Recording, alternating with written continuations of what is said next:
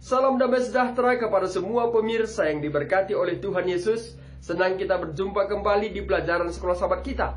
Pelajaran pertama di kuartal yang kedua di tahun 2019 ini. Semoga melalui pelajaran yang baru ini, hidup kita pun akan semakin dan semakin lebih dekat bersama Sang Pencipta kita. Dan saya yakin dan percaya, melalui pelajaran sekolah sahabat kita yang telah kita pelajari dalam satu kuartal, mulai bulan Januari hingga Maret, yang berjudul Kitab Wahyu, kita sudah bahas bagaimana Injil itu telah dinyatakan melalui Kitab Wahyu yang diberikan oleh Allah kepada hamba-Nya, yaitu Yohanes di Pulau Patmos, dan disampaikan kepada saudara dan saya. Kita sudah mengetahui bagaimana akhir zaman. Di akhir zaman ini kita membutuhkan Yesus di tengah kehidupan kita, agar kita tidak salah menyembah. Apakah menyembah patung itu atau menyembah Allah? Pilihan itu ada di dalam hati kita. Kepada siapakah kita menyembah? Tentunya seperti pelajaran yang kita telah lewat sudah kita pelajari. Saya dan juga saudara, kita menyembah Allah yang Maha Tinggi. Karena Allah yang Maha Tinggi akan menyediakan tempat yang nyaman bagi saudara dan saya, yaitu kerajaan sorga, memerintah bersama dengan Yesus selama 1000 tahun, dan juga tinggal di Yerusalem baru untuk bersama, untuk menikmati Yerusalem baru, langit yang baru dan bumi yang baru, bersama-sama dengan umat tebusan yang lain.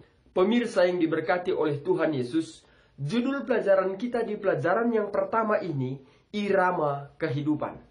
Ayat inti kita tertulis Pengkhotbah 3 ayat 1 firman Tuhan. Untuk segala sesuatu ada masanya. Untuk apapun di bawah langit ada waktunya. Saya dapat melihat melalui ayat inti kita atau ayat hafalan ini mengingatkan kita bahwa segala sesuatu di dunia ini, di bumi ini ada waktunya, ada masanya. Tentunya kalau kita membahas mengenai waktu atau masa, berarti ada kaitannya dengan kesabaran, kepenurutan, dan juga ketaatan. Itulah akan menjadi pembahasan kita di pelajaran yang pertama, irama kehidupan. Melalui sahabat petang, dihimbau kepada saudara dan saya agar kita membaca Pengkhotbah 3 ayat 1 hingga ayat yang ke-8. Saya tidak akan bacakan, saya percaya bahwa saudara akan menghentikan video ini dan sejenak membaca firman Tuhan, apakah melalui Alkitab kita atau Alkitab elektronik yang ada di handphone kita. Mari kita baca di dalam Pengkhotbah 3 ayat 1 hingga ayat ke-8. Dikatakan kembali dalam kutipan pelajaran sahabat petang, bahwa kata-kata tersebut ini menunjuk kepada Pengkhotbah 3 ayat 1 hingga ayat yang ke-8, bahwa begitu banyak dari eksistensi manusia, musim-musim irama kehidupan kita. Ya, kehidupan kita melewati tingkatan-tingkatan, melewati perubahan-perubahan, dan itu terjadi sejak kita dilahirkan. Dan itu pasti, tidak ada yang bisa memungkirinya. Karena setelah kita lahir, begitu banyak perubahan-perubahan yang kita hadapi. Dan sehingga boleh kita katakan, inilah yang disebut dengan irama kehidupan. Pemirsa yang diberkati oleh Tuhan Yesus, pelajaran kita hari Minggu pada mulanya. Tentunya kalau ada kata pada mulanya, yang kita ingat adalah Kitab Kejadian 1 ayat 1. Mengapa tidak? Karena ayat ini merupakan suatu ayat hafalan bagi setiap manusia, apalagi pada waktu masih kecil. Umumnya anak-anak suka menghafalkan ayat hafalan ini. Suatu kali pada saat saya mengajar di satu sekolah, saya menanyakan kepada siswa, apakah yang diciptakan Allah pada hari pertama? Lalu siswa ini menjawab, langit dan bumi. Mengapa beliau mengatakan langit dan bumi? Karena yang dia ingat adalah pada mulanya. Tapi kita mengingat bahwa minggu penciptaan, hari pertama Allah menciptakan terang, bukan langit dan bumi. Bapak Ibu Saudaraku dalam nama Tuhan Yesus, pemirsa yang diberkati oleh Tuhan Yesus. Jadi kata pada mulanya ini sangat erat kaitannya dengan Kitab Kejadian 1 ayat 1. Dikatakan dalam pelajaran kita hari Minggu, bahwa kitab suci dimulai dengan pada mulanya, di mana tidak diragukan mengapa itu dimuliakan dengan kata-kata sebenarnya hanya satu kata dalam bahasa Ibrani, pada mulanya. Kejadian 1 ayat 1. Pendeknya, pada mulanya di sini adalah awal dari bumi dunia kita.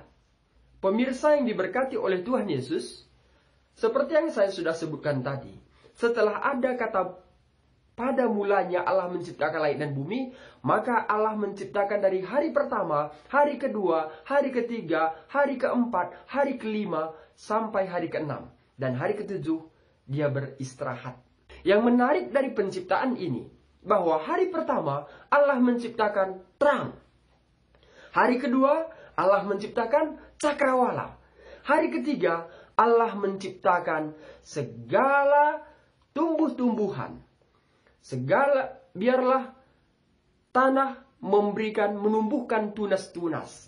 Jadilah pohon-pohon, pohon mangga, pohon durian, pohon rambutan, pohon jeruk, dan semuanya tumbuh-tumbuhan diciptakan pada hari ketiga. Lalu hari keempat, Tuhan menciptakan benda-benda penerang, yaitu bulan, bintang, dan juga matahari. Lalu hari kelima, Allah menciptakan ikan-ikan di laut dan burung-burung di udara. Dan pada hari keenam, Allah menciptakan manusia dan juga binatang. Tetapi pada hari ketujuh, dia beristirahat. Yang menarik dari pelajaran ini adalah bagaimana Allah menyusun, atau bagaimana Allah telah berencana dan bertindak untuk menciptakan mulai hari pertama hingga hari yang keenam sangat teratur, berurutan. Coba kita pikirkan, kalau seandainya Allah menciptakan manusia pada hari pertama, apa yang terjadi? Oh, maka manusia akan tidak dapat melihat keindahan bumi yang Tuhan telah ciptakan. Kenapa? Karena bumi masih berbentuk kosong dan gelap gulita. Kalau Allah tidak menciptakan tumbuh-tumbuhan, apa yang dimakan oleh manusia? Jadi, Allah itu adalah Allah yang teratur, yang patut juga kita contoh dalam kehidupan kita di dalam keteraturan Allah. Pemirsa yang diberkati oleh Tuhan Yesus, satu kutipan di pelajaran sekolah sahabat kita mengatakan demikian, bahwa keteraturan adalah hukum pertama surga. Luar biasa. Keteraturan adalah hukum pertama surga. Sehingga semua orang-orang yang rindu untuk masuk surga, yang percaya kepada Yesus Kristus, harus menjadi umat yang teratur. Bukan menjadi umat yang tidak teratur, tetapi ada keteraturan. Selanjutnya, kutipan sekolah sahabat kita mengatakan, ditulis dalam Kejadian 8 ayat 22, selama bumi masih ada, takkan henti-hentinya musim menabur dan menuai, dingin dan panas, kemarau dan hujan, siang dan malam. Pemirsa, dari ayat ini kita melihat bagaimana keteraturan itu Tuhan berikan. Bagaimana kalau seandainya terus saja malam, tidak ada siang-siangnya? Tentu kita pun akan tersiksa dengan hal itu. Dan sebaliknya, kalau tidak ada malam, hanya siang aja terus, maka kita kapan saja pun bisa bekerja. Tetapi ini pun tidak akan cocok dengan tubuh kita. Karena Allah adalah Allah yang teratur, yang memberikan keteraturan baik secara fisik, demikian juga secara iklim.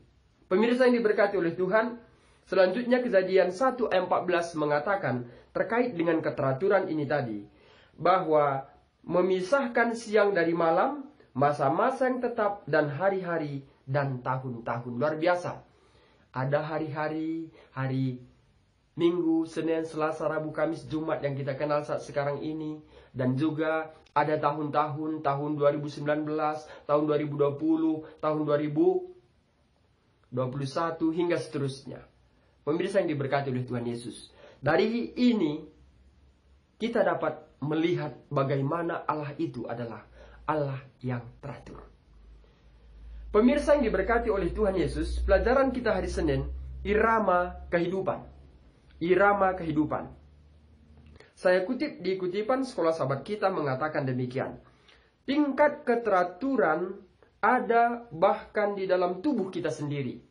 Ini mungkin kita boleh juga menjawab secara pribadi. Secara pribadi, kalau saya biasa tidur contohnya jam 9 malam, maka alarm tubuh itu langsung mengingatkan, oh saatnya tidur ngantuk. Demikian juga, kalau seandainya saya tidur jam 10, maka alarm tubuh itu langsung mengingatkan, oh saatnya untuk tidur. Demikian juga kalau pada saat pagi hari, kalau saya terbiasa bangun contohnya jam 5 atau jam setengah 6 atau jam 7, maka alarm tubuh ini juga akan mengingatkan. Ini menunjukkan bahwa keteraturan itu juga ada diberikan oleh Allah Sang Pencipta kita di tubuh kita ini. Sangat luar biasa. Bagaimana Allah itu merancang saudara dan saya sebagai umat yang sangat luar biasa, yang Tuhan tanamkan keteraturan. Antara dua buku kehidupan, yaitu kelahiran dan kematian, kita semua melalui berbagai masa, berbeda sebagai setiap individu. Ada miliaran manusia di bumi, dan walaupun kita memiliki banyak persamaan, masing-masing kita adalah satu individu. Perbedaan akan ada dalam kehidupan kita masing-masing. Dalam arti tertentu, juga perbedaan-perbedaan ini adalah penting karena hal itu membuat masing-masing kita unik. Yang berarti masing-masing kita memiliki sesuatu untuk diberikan bagi mereka yang tidak punya. Sebagai contoh, hiasan orang muda ialah kekuatannya dan keindahan orang tua ialah uban. Jadi keteraturan ini tadi mengarahkan kita untuk dapat saling menghormati sesama kita manusia, ya, sama kita manusia. Karena setiap manusia pasti saling membutuhkan. Tidak ada manusia yang ingin sendiri. Kalaupun ada, mungkin sudah ada satu kesalahan, ya. Tidak ada manusia yang ingin menyendiri terus dan tidak mau berbaur dengan masyarakat atau dengan orang-orang atau dengan keluarganya. Pemirsa, bagaimana manusia diciptakan walaupun kita memiliki perbedaan-perbedaan, dan ini membuat kita menjadi apa? Unik. Nah, pemirsa yang diberkati oleh Tuhan, pelajaran kita hari Selasa yang tidak terduga.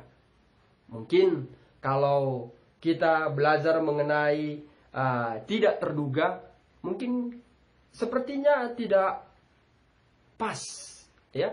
Mengapa? Karena kata tidak terduga ini sedikit manusia menyukainya. Lebih banyak orang tidak suka dengan tidak terduga, kecuali kalau mendapatkan untung yang tidak terduga. Mungkin ini setiap manusia senang, ya, senang. Tetapi yang kita pelajari dalam pelajaran ini adalah yang tidak terduga berdampak ke hal yang buruk, ya. Kita lihat dalam kitab Ayub 1 ayat 13 sampai ayat 19. Di sini menceritakan bagaimana Ayub mendapatkan tindakan yang tidak terduga. Ya, boleh kita baca kembali Alkitab kita, firman Tuhan dalam Ayub 1 ayat 13 hingga ayat 19. Demikian juga Ayub 2 ayat 7 hingga ayat yang ke-9. Saya tidak bacakan semuanya, namun saya melihat dari ayat ini tadi bahwa ada 4 hal yang tidak terduga yang dilihat oleh yang terjadi di tengah kehidupan Ayub. Kita tahu bahwa Ayub adalah orang yang saleh, orang yang baik, dan orang yang takut kepada siapa? Allah. Saya melihat dari ayat ini tadi ada 4 hal tidak terduga yang mengarah kepada hamba Tuhan, yaitu Ayub. Yang pertama adalah lembu sapi, keledai-keledai dirampas dan penjaganya dipukul. Lalu yang kedua, kambing dan domba dan penjaganya disambar api dari langit. Lalu yang ketiga, unta-untanya dirampas serta dipukul penjaganya. Pemirsa yang diberkati oleh Tuhan Yesus, kalau kita kalkulasikan berapa besar kerugian Ayub saat itu, ini merupakan suatu tindakan yang tidak terduga yang dialami oleh Ayub. Hal yang keempat, hamba yang keempat datang, anak laki-laki dan perempuan mati saat rumah tempat mereka berpesta roboh. Bagaimana hancurnya hati Ayub. Bagaimana hal yang tidak terduga ini membuat Ayub resah. Kalau kita gunakan akal pikiran kita sebagai umat Tuhan yang mungkin setengah-setengah matang, atau mungkin umat Tuhan yang tidak setia kepada Tuhan, atau tidak seperti Ayub, saleh dan takut akan Allah. Pemirsa yang diberkati oleh Tuhan Yesus, mungkin saja kalau peristiwa ini terjadi bagi kita saat sekarang ini, mungkin yang terjadi adalah 3S: stres, stroke, dan juga stop. Setelah stop, seperti lagu Sion edisi lama 181 mengatakan, Yesus sahabat terindah. Yesus sahabat terindah yang menghapuskan dosa. Pemirsa yang diberkati oleh Tuhan Yesus, dikatakan dalam pelajaran kita ini, seorang filsuf Yunani, Heraklitus, menyatakan bahwa tidak ada yang permanen kecuali perubahan. Tentu saja, tidak semua perubahan adalah negatif. Ya, kadangkala kita menganggap bahwa perubahan, hal-hal yang tidak terduga ini tadi semuanya negatif. Tetapi Allah bisa saja mempunyai rencana-rencana yang lebih baik dari apa yang kita sudah alami mungkin dalam penderitaan. Dikatakan kembali dalam kutipan sekolah sahabat kita, Ayub pastinya tidak mengharapkan musim yang baru di dalam hidupnya. Kitab suci menjelaskan, sebagai seorang yang saleh dan jujur, ia takut akan Allah dan menjauhi kejahatan. Kita juga tahu bahwa dia telah menikah, memiliki 7 anak laki-laki dan 3 anak perempuan, dan sangat kaya. Ketika kita sampai pada pertengahan kitab Ayub, dia telah menderita setidaknya ada 7 kehilangan. Hartanya, orang yang bekerja padanya, anak-anaknya, kesehatannya, dukungan dan istrinya, dan dukungan dari teman-temannya. Dunianya telah terbalik dan kehidupan keluarganya telah hancur. Walaupun apa yang terjadi terhadap Ayub sangat ekstrim, siapakah di antara kita yang tidak pernah mengalami hal-hal yang tidak terduga dalam cara yang sangat negatif juga? Selanjutnya, ini bukanlah hal baru. Habil mungkin tidak mengharapkan untuk dibunuh, dan Yusuf sama sekali tidak berharap untuk dijual dan menjadi budak di Mesir. Pemirsa yang diberkati oleh Tuhan Yesus, demikianlah irama kehidupan ini. Mengapa hal ini semuanya terjadi? Karena keteraturan Allah itu tidak dituruti oleh manusia yang suka sesuka hatinya saja, yang tidak patuh dengan peraturan yang dibuat oleh Allah. Sehingga manusia yang pertama, Adam dan Hawa, jatuh di dalam dosa, sehingga kematian pun menanti mereka. Tetapi karena ketidakteraturan manusia itu, sehingga saudara dan saya juga saat sekarang ini sering sekali mendapatkan hal-hal yang tidak terduga, yang menjadi suatu bahan renungan bagi saudara dan saya adalah bagaimanakah sikap kita jikalau kita menjalani peristiwa yang tidak terduga ini. Sesuai dengan firman Tuhan ini, biarlah kita menjadi seperti Ayub modern, yang selalu memfokuskan hati dan pikirannya pada Tuhan. Walaupun semuanya sudah habis, harta dunia ini sudah habis semuanya, anak-anaknya juga laki-laki dan perempuan sudah mati semuanya, istrinya meninggalkan dia, kawan-kawan karibnya selama ini menjauhi dia. Tetapi Ayub tetap menyerahkan hati dan pikirannya kepada Allah yang Maha Tinggi. Pemirsa yang diberkati oleh Tuhan Yesus, mungkin saat sekarang ini kita mengalami begitu banyak permasalahan, hal-hal yang tidak terduga. Jangan salahkan Tuhan, jangan salahkan A, B, dan C. Tetapi biarlah kita merendahkan hati kita, menyembah Allah yang Maha Tinggi, sebagaimana Ayub menyembah Allah sepanjang sengsaranya. Pemirsa yang diberkati oleh Tuhan Yesus, kita lanjut pelajaran kita hari Rabu, masa peralihan. Di tengah kehidupan kita zaman sekarang ini, sering sekali kita berdoa kepada Tuhan, dan sepertinya doa itu tidak mendapat jawaban bagi kita. Sehingga dikatakan dalam kutipan ini, bahwa banyak istri-istri bertahun-tahun mengeluh. Saya telah berusaha untuk mengubah suami saya, tetapi jawabannya tidak sesuai dengan harapan. Pemirsa yang diberkati oleh Tuhan Yesus, kita harus mengingat bahwa Allah ada dalam usaha mengubah kita. Allah membuat kita menjadi manusia baru. Walaupun sepertinya belum ada jawaban, jangan kita mengeluh. Berdoalah tetap kepada Tuhan. Karena Tuhan akan memberikan suatu perubahan, atau Tuhan ada di dalam usaha kita. Ya, usaha kita lah berdoa kepada Tuhan. Tuhan ada dalam usaha itu. Sebagai contoh, Saulus dari Tarsus. Bagaimana perubahan itu terjadi? Peralihan itu terjadi. Dari penganiaya umat-umat Tuhan menjadi penginjil dan pengayom umat-umat Tuhan. Dikatakan dalam pelajaran sekolah sahabat kita, bahwa sementara Saulus menyerahkan diri sepenuhnya pada kuasa Roh Kudus yang meyakinkan, ia melihat kesalahan dari kehidupannya dan mengenal tuntunan-tuntunan yang luas di hukum Allah. Sering sekali dalam kehidupan kita, kita ingin mendapatkan suatu peralihan yang lebih baik, tetapi kita tidak merenungkan akan kesalahan-kesalahan kita. Kita tidak merenungkan atau kita tidak berada sepenuhnya kepada kuasa Roh Kudus. Sehingga kita selalu melihat kesalahan orang lain, bukan kita lihat kesalahan kita.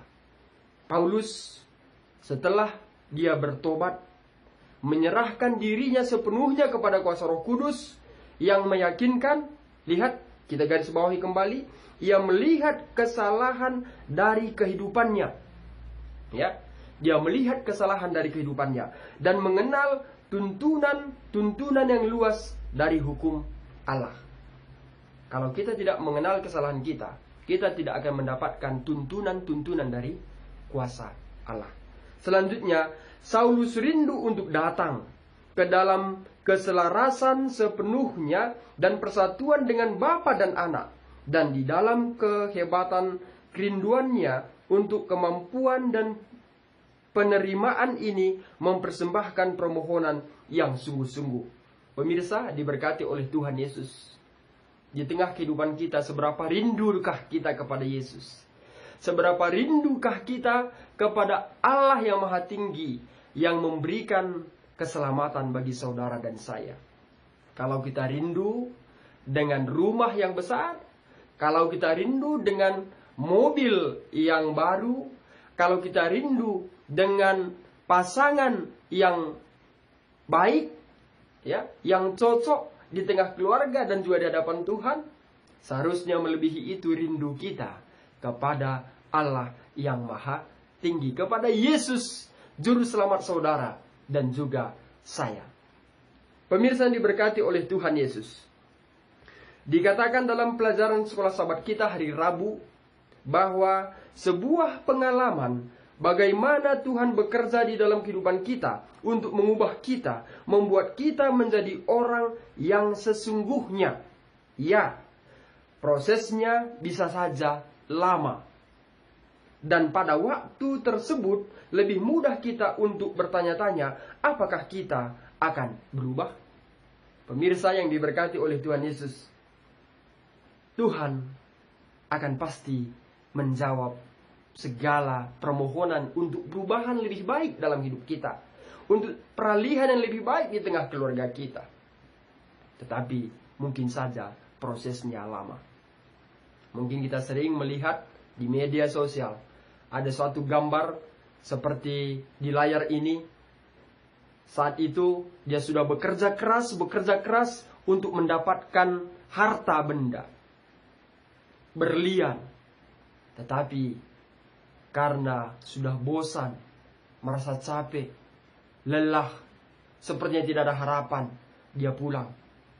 Padahal harta benda itu telah menunggunya tinggal beberapa sentimeter lagi.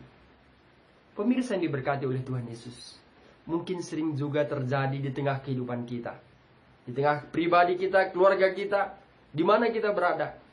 Kita sudah berdoa bertahun-tahun, sepertinya tidak ada jawaban dari Tuhan. Jangan menyerah, teruslah berdoa untuk mendapatkan suatu perubahan yang lebih baik dalam hidup kita kepada Tuhan. Suatu peralihan yang baik kepada suami kita, kepada istri kita, kepada anak-anak kita, kepada apa yang kita harapkan untuk lebih baik kepada Tuhan. Pemirsa yang diberkati oleh Tuhan Yesus, pelajaran kita hari Kamis, interaksi. Saya coba melihat dari Kamus Besar Bahasa Indonesia, arti interaksi adalah membawa pengaruh yang baik, ya. Membawa pengaruh yang baik. Tentunya pengaruh yang baik ini harus ada apa? Hubungan, ya. Harus ada hubungan. Kenapa? Karena membawa pengaruh yang baik ini, kalau tidak ada hubungan kita khususnya kepada Allah, ya, tentu ini sangat sukar. Dikatakan dalam buku Sekolah Sahabat Kita pelajaran hari Kamis, kalimat yang pertama, Alkitab adalah buku mengenai hubungan, ya. Jadi kalau kita mau menjadi suatu membawa pengaruh yang baik kepada Tuhan, ya, selidikilah firman Tuhan. Bacalah firman Tuhan setiap hari, renungkan. Jangan seperti membaca koran. Jangan seperti membaca surat kabar atau artikel-artikel yang ada di media sosial, yang kita boleh baca dan kita cepat mengerti, ya. Tetapi kalau firman Tuhan, kita harus membacanya. Tidak cukup hanya mengerti, tetapi juga harus merenungkannya lebih dalam. Apa maksud firman ini untuk kita? Apa maksud firman ini untuk saudara dan saya? Renungkan, berdoa, intinya berdoa kepada Tuhan. Dengan melalui Alkitab adalah buku mengenai hubungan kita pada Tuhan. Ini sehingga kita dapat membawa pengaruh yang baik kepada orang-orang yang ada di sekeliling kita. Tujuan daripada interaksi kita ini khususnya adalah kepada orang-orang lain. Orang-orang lain ini mencakup banyak hal. Apakah keluarga kita? Apakah tetangga kita? Apakah masyarakat di mana kita berada? Apakah di kelompok di mana kita berada? Atau di mana saja kita dapat mempengaruhi atau membawa pengaruh yang baik kepada orang lain. Inilah tujuan daripada interaksi ini. Dan ini tidak heran, boleh kita gunakan, bawakan di keluarga dan hubungan kekeluargaan. Adalah sangat penting, ya. Berikutnya dikatakan, karena kebanyakan dari kita berinteraksi, bahkan sepanjang waktu dengan orang lain, interaksi ini bisa dan sering mempengaruhi perubahan dan ritme kehidupan kita. Selanjutnya kutipan kita mengatakan, dalam banyak cara, prinsip-prinsip dasar itu sederhana. Jika kita baik, ramah, dan mengasihi orang lain, kita akan menjadi pengaruh yang positif kepada mereka, bahkan sampai pada titik di mana kita bisa mengubah kehidupan mereka dengan cara yang positif. Sangat luar biasa kutipan ini. Selanjutnya, kita harus ingat, pengaruh kita dapat menjadi sesuatu yang baik atau buruk, bahkan dalam cara yang halus. Jadi, untuk itu, gunakanlah interaksi ini untuk hal yang apa? Hal yang baik. Karena boleh juga kita gunakan untuk yang buruk. Tetapi itu menyalahi dengan firman Tuhan. Pemirsa yang diberkati oleh Tuhan Yesus, sebagai penutup dari pelajaran Sekolah Sahabat kita hari Jumat, dikatakan, pikirkan mengenai pengaruh positif yang bisa kita dapatkan di dalam kehidupan kita. Jika kita hidup dalam cara yang ketika anggota keluarga kita melihat kita, mereka tahu bahwa kita telah bersama dengan Yesus. Intinya, dari pelajaran Sekolah Sahabat kita, di pelajaran yang pertama, irama kehidupan. Dalam irama kehidupan ini membutuhkan waktu dan masa. Dan di dalam menjalani hari-hari, masa-masa waktu ini tadi, dibutuhkan kesabaran. Dan di dalam kesabaran ini harus ada kepenurutan. Tentunya kepenurutan kepada Allah yang memberikan suatu keteraturan. Contoh keteraturan. kepada saudara dan juga saya. Dengan kita mengikuti keteraturan Allah itu, maka kita pun boleh merubah atau kita boleh membuat suatu masa peralihan melalui doa-doa kita kepada sanak saudara kita, kepada siapa saja. Dan melalui itu kita dapat berinteraksi untuk membawa pengaruh yang baik kepada banyak orang. Pemirsa yang diberkati oleh Tuhan Yesus, semoga melalui pelajaran sekolah sahabat ini, iman kita pun semakin diteguhkan untuk lebih setia kepada Tuhan. Ingat, bagaimana besarnya pun permasalahan kita, seruan kita, landasan kita, pegangan kita hanyalah Allah yang Maha Tinggi. Demikianlah pelajaran kita di pelajaran yang pertama ini. Mari kita tutup dengan doa. Bapa yang di sorga, terima kasih cinta kasih-Mu kami rasakan sepanjang pelajaran sekolah sahabat ini. Semoga ya Tuhan, sepanjang kehidupan kami juga kami merasakan cinta kasih yang sama yang ada di tengah hati kami melalui curahan kuasa Roh Kudus Tuhan. Bapa yang penuh kasih, biarlah kiranya dalam kehidupan kami akan mencerminkan kasih Yesus di mana kami berada, sehingga kami dapat menjadi pengaruh yang baik bagi banyak orang. Dan kami akan dapat mendoakan sahabat-sahabat kami, siapa saja, untuk menjadi suatu perubahan yang lebih baik kepada Tuhan. Terima kasih ya Tuhan. Waktu yang indah Tuhan berikan bagi kami untuk belajar dari pelajaran ini. Kiranya Tuhan melalui pelajaran ini iman kami diteguhkan, dan diskusi sekolah sahabat kami pada hari sahabat ini pun akan semakin hidup untuk meninggikan nama Tuhan melalui pelajaran ini. Terpujilah nama-Mu ya Tuhan. Sempurnakanlah doa kami ini dan ampunkan segala dosa yang kami perbuat. Dalam anak-Mu Yesus kami berdoa dan mengucap syukur. Amin. Demikianlah pelajaran sekolah sahabat kita, pelajaran pertama ini. Akhir kata saya sampaikan, Tuhan memberkati.